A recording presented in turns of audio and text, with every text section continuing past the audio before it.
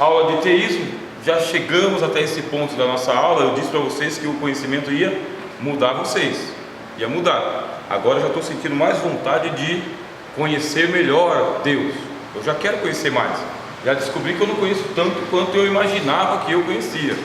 Vamos começar então, a eternidade e a ordem da criação. Então a gente vai ter que retroceder, voltar um pouco. Quando a gente volta, ao afirmar que Deus é eterno, nós afirmamos, todo mundo fala, Deus é eterno. Significa limitá-lo ao conceito de eternidade. Nós estamos falando que Ele é eterno, só que Ele é mais do que eterno. Nós estamos limitando, é até onde a gente consegue falar dele, colocando algumas fronteiras para Ele. Olha só, estamos limitando o conceito de eternidade, que por sua vez é uma abstração mental, pois homem algum jamais experimentou a eternidade. O que significa? Nós imaginamos, a gente tem certeza que existem as coisas que são finitas. Copo d'água, finito. Então, estava cheio, fui bebendo, está acabando, tenho que passar para o outro. Quando eu falo da eternidade, eu estou falando de um copo d'água que não tem fundo, só que ele também não tem boca, ele não tem borda. Vocês já viram alguma vez um copo que não tem borda e não tem fundo? Não, ninguém nunca viu. É isso que a gente faz quando a gente fala de Deus. A gente limita Ele, linguagem antropomórfica, tá? A gente limita para poder falar. Por isso que a gente fala que Ele é eterno. Mas Ele não é eterno, Ele é mais do que eterno. Ele é anterior à eternidade. E o que é eternidade? Eternidade é aquele período de tempo que não tem começo, meio e fim. Isso é eternidade. Não tem um ponto zero. Se estende para o infinito, para trás e para frente. Só que se eu falar que Deus é eterno, eu quero dizer que a eternidade ela é maior do que Deus. Então, Deus está preso na eternidade? Não. Deus é maior do que a própria eternidade. É a linguagem que é fraca. Nós não sabemos exatamente do que estamos falando. A linguagem é muito fraca. É muito fraca mesmo. Falar que Deus é eterno é limitá-lo. Deus é mais do que eterno. A humanidade só experimenta o fenômeno da finitude e da transitoriedade. Ou seja, ninguém jamais vai viver tempo suficiente para chegar no ponto final. Ninguém. Aí a gente fala o seguinte: olha, eu vou entrar para a eternidade e vou viver para sempre, para conhecer Deus para sempre. Depois que você tiver passado 1000 eternidades, Deus está tão lá na frente que você nunca vai chegar lá na frente. Nunca. Deus, ele falou assim, sabe? Foi um enigma que está lá no livro de Jeremias, se não me falha a memória. Ele fala: se vocês se cansam andando com homens que vão a pé, quanto mais aqueles que vão a cavalo. É uma figura de linguagem. Se vocês se cansam de andar comigo aqui na terra, Deus está falando, hein? Tem gente que se cansa, né? Se a pessoa fica cansada de ser crente aqui na terra, que é só uns 30, 40, 50 anos, no máximo uns 70, 80, como que você imagina passar a eternidade com Deus? Se não suportou ficar com Ele 5 anos. Lá no Jardim do Éden, Jesus falou desse enigma: vocês não conseguiram ficar comigo 1 hora, e querem passar comigo a eternidade? É para a vida toda, é para sempre. E você vai, olha, não se cansa não. Porque quando você imaginar, eu conheço o oceano inteiro, Deus fala: uma gota. Uma gota. O oceano, uma gota só. É só isso. Deus, ele é imensurável. Você só conhece aquilo que é transitório. Deus não é transitório, que nem o irmão colocou aquela hora. Como assim que Deus é imutável? Deus não muda? Isso, a Bíblia fala que Ele não muda, só que Ele mudou a forma de tratamento. Mas Ele, em essência, não muda. Deus não tem como mudar. A gente está usando uma linguagem muito pobre. Nada nesta vida é para sempre. De onde nos vem a ideia de que Deus é eterno? Vem da teologia positiva.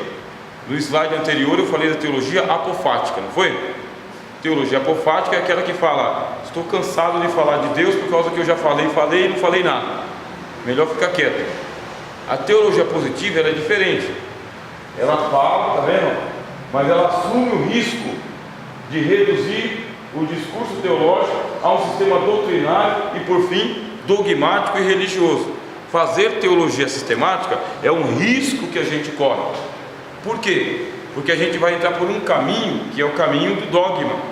Você afirma uma coisa e depois você não tem como voltar mais atrás.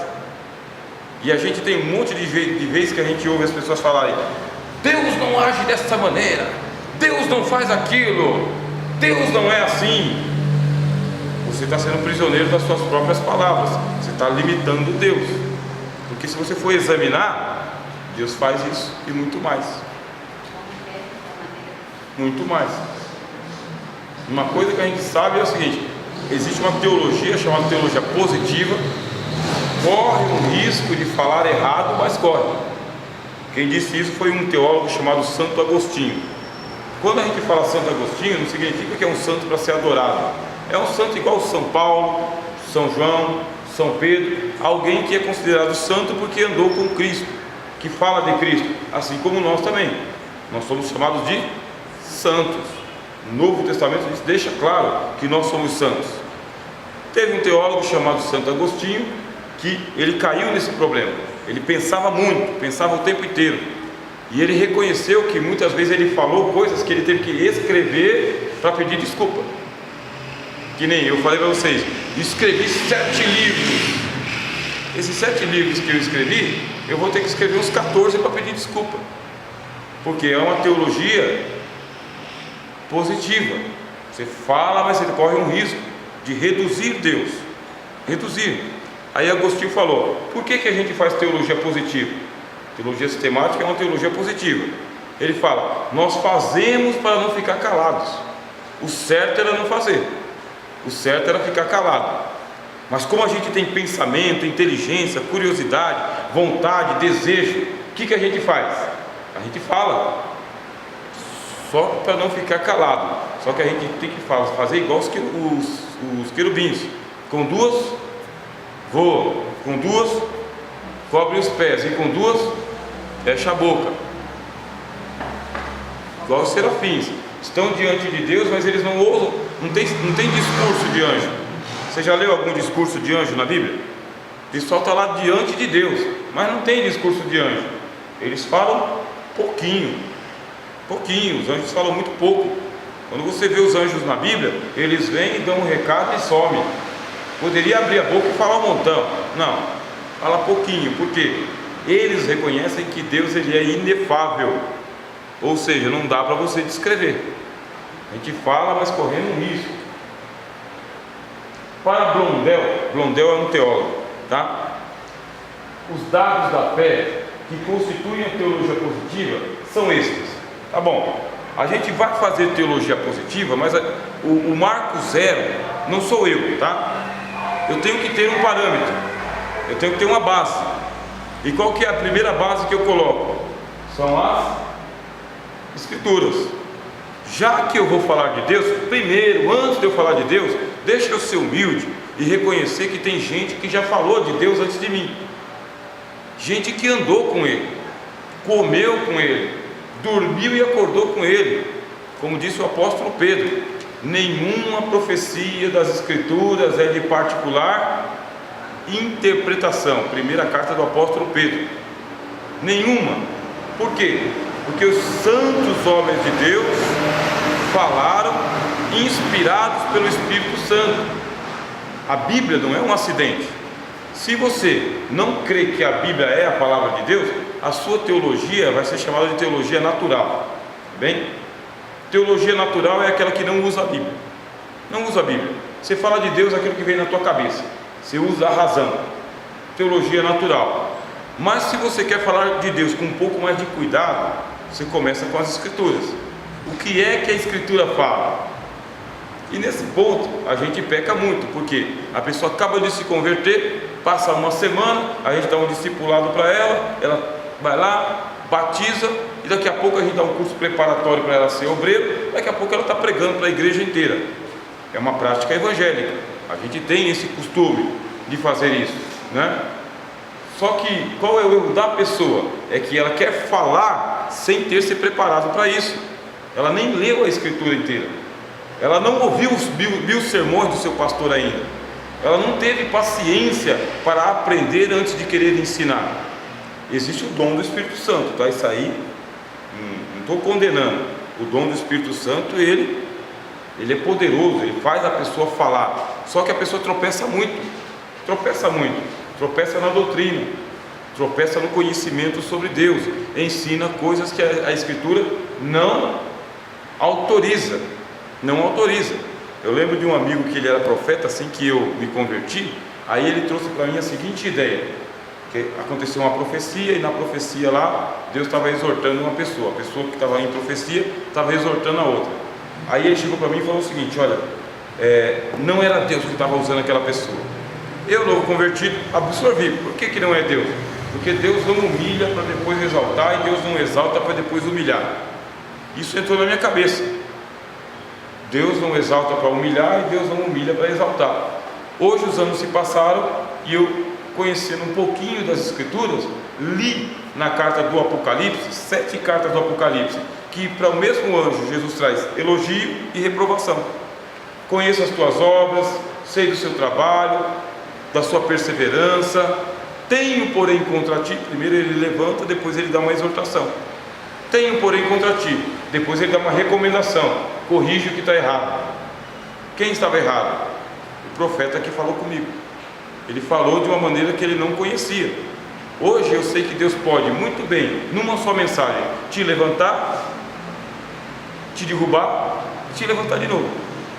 Numa só pregação, num sonho, numa visão. Ele pode te colocar lá em cima e te trazer de volta para a terra, porque a Escritura mostra isso daí. Vamos ter um conhecimento sobre Deus? Vamos. Mas o ponto inicial, a Escritura. Depois, os chamados os pais, que são os teólogos, tá? A teologia vem em segundo lugar. Os pais aqui são os teólogos. Você começa pelas Escrituras, depois você vem estudar teologia. O que os teólogos disseram? Teólogos tradicionais, presbiterianos, luteranos, calvinistas, assembleanos, batistas. O que é que esses teólogos têm a dizer? E quando os teólogos falarem alguma coisa, não fecha com eles não. A gente não fecha com todos os teólogos. Teólogo falou alguma coisa, coloca uma vírgula, vai examinar. Não defende com unhas e dentes, porque tem muita gente que segue os teólogos. E que disse o apóstolo Paulo: ninguém se glorie nos homens, nem em Pedro, nem em Paulo, nem em Apolo, e nem em João Batista. Ninguém se glorie nos homens, porque o homem conhece em parte. Você tem as Escrituras na mão, não tem? Vai lá e examina. Fala para Deus: Senhor, eu quero conhecer o Senhor através da palavra. O meu professor de teologia disse que eu tenho que começar a partir do Novo Testamento. Eu vou começar com o Novo Testamento, mas eu quero que o Senhor me ilumina. E Deus vai te iluminar, Deus vai te ensinar. Jesus disse: a ninguém na terra chameis mestre. Não chama ninguém de mestre, rabi, porque você só tem um rabi. Quem é? O Cristo, o Messias. Ele te ensina. Se você crê, você lê, ele abre o seu entendimento e você crê. Só que você não fica vaidoso, porque do jeito que ele ensina para você, ele ensinou para os teólogos. Então vai aprender com os teólogos. E aqui os textos chamados de conciliares. Blondel fala que existem tratados de teologia. Por exemplo, existe um livro chamado Livro de Concórdia. O que é o Livro de Concórdia? É um tratado de teologia onde luteranos e calvinistas e os reformadores sentaram durante muitos anos para falar o seguinte: esses pontos aqui eles são básicos para todo crente. Dá para a gente andar junto. A gente não precisa aqui entrar em excomungando todo mundo. Existem textos teológicos que servem para todo mundo. Não é da minha denominação, não é da minha confissão de fé, só que não é contra mim também. Não é contra. Vai ajudar você a ter um conhecimento sobre Deus? Vai. É um conhecimento deficiente? É um conhecimento deficiente, tá? Não é um conhecimento absoluto, irrefutável. É um conhecimento razoável, bom. Se você tiver a humildade de ouvir as pessoas que pensam diferente de você, pode ser que você aprenda com elas. Pode ser. Não significa que você vai andar perdido, entendeu? eu não sei mais o que pregar, eu não confio mais na minha pregação, eu não sei se é verdade ou não. Não é isso. É um conhecimento humilde. Você reconhece que você está falando limitado. Aí, a tradição, a definição e os ensinamentos do magistério pontífico. Tem muita gente envolvida na teologia, mas tem muita gente mesmo. Pode não parecer, porque a gente não valoriza muito, né? A gente valoriza mais o louvor, a oração, a pregação. Só que tem muita gente envolvida em teologia, mas é muita gente mesmo. É o magistério, porque Deus colocou o magistério na igreja. Professores, mestres, doutores, escritores, teólogos. Tem muita gente envolvida com teologia, muito mesmo. E vocês que foram chamados agora e que aceitaram o chamado, estão entrando nesse mundo. Vai montar a sua biblioteca. Se já não tem, ela montava. Só que você vai ampliar a sua biblioteca. No começo, na minha biblioteca, só tinha livro da minha confissão de fé. Hoje tem livro que não acaba mais, sabe? Não acaba mais, de todas as linhas de pensamento. E não tem só linha evangélica não, tem linha evangélica, tem linha católica também. Filosofia é uma coisa que não enjoa de tanta filosofia que existe ali. E não abalou a minha fé. Não abalou a minha fé e também não me envaideceu. Quem me conhece um pouquinho, bem pouquinho, sabe que a gente até combate a vaidade, por causa que a marca de Cristo é a humildade, com toda certeza. Ele andou de sandálias. Eu sei que ele andou de sandália porque João Batista falou, ele tem sandália. Só que eu não tenho como tirar a sandália do pé dele, tá? Eu estou abaixo da sandália dele. É isso aí. Então, vamos andar, tem muito conhecimento, mas muito mesmo. Não se cansem de buscar conhecimento.